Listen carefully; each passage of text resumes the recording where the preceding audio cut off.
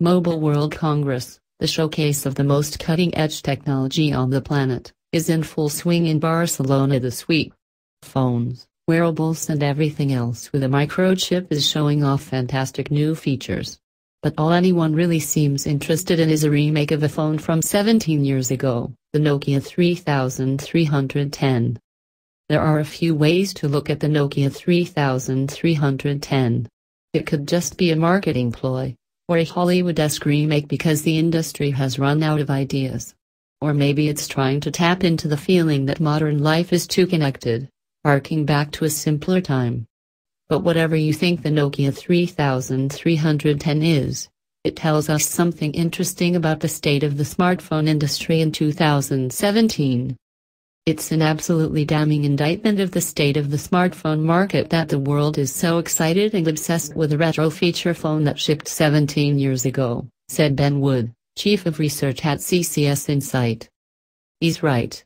Launched in the center of what should be the most exciting technology fair on the planet, a so-called dumb phone, or more kindly a feature phone, is all anyone's interested in. And the truth is the new Nokia 3310 isn't actually anything special. Nokia dumb phones just like it have been made for years. Take the Nokia 105, which has even been made by 3 separate companies.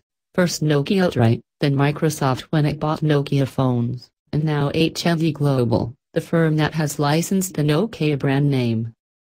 If HMD had simply pushed out what we now know as the new 3310 as the new Nokia 230, would anyone have batted an eyelid? But with the right brand name and model number, HMD has reinvigorated a classic that has the developed world buzzing. So why does a nostalgia trip like the 3310 take the spotlight when Sony launched a phone with a 4K HDR screen? LG's G6 is made for split-screen apps. Huawei's P10 has a fancy look a dual camera setup, and there's even a new BlackBerry with a keyboard and everything? Perhaps it's because smartphones are boring now. It's not because they weren't marvelous machines that have become central to our lives, but they're all much of a muchness. One smartphone is the same as the next. It has a camera, a screen, it plays music, runs apps and games, shoves the internet in the palm of your hand and forms a conduit for all your life to flow through. But if you broke it and bought a new one, it would do more or less exactly the same, perhaps in a dazzling new color,